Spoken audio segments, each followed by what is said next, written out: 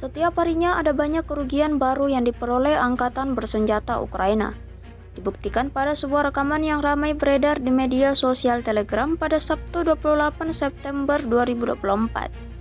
Dalam rekaman tersebut menunjukkan detik-detik drone kamikaze versi baru Rusia yang menggunakan serat optik menghabisi 2 kendaraan lapis baja Kosak 7 dan sebuah BMC Kirpi Turki di distrik Gluskovski di wilayah Kursk. Sementara itu di kota Zutsa, stasiun radio dan peperangan elektronik milik kubu Zelensky dihancurkan. Di desa Plekovo, pasukan Rusia turut menghancurkan 2 truk pick-up dan 10 pesawat tempur Angkatan Bersenjata Ukraina. Tidak terhitung ada berapa jumlah kerugian yang diperoleh Angkatan Bersenjata Ukraina saat ini. Video ini viral dan menuai beragam komentar dari warganet.